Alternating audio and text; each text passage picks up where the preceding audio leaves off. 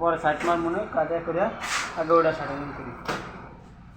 ঠিক আছে, ওটা শাটারিং করা শেষ। তো আমরা এখন অপর পিসটা কিচেন আছে ওটা চলে যাব।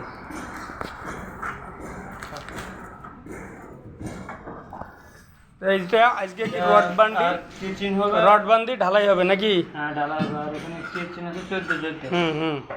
ঠিক আছে, আচ্ছা। আমাদের কিচিং রুমের কাজ হচ্ছে। ভালো মানানি আছি আমরা কাকনি করতে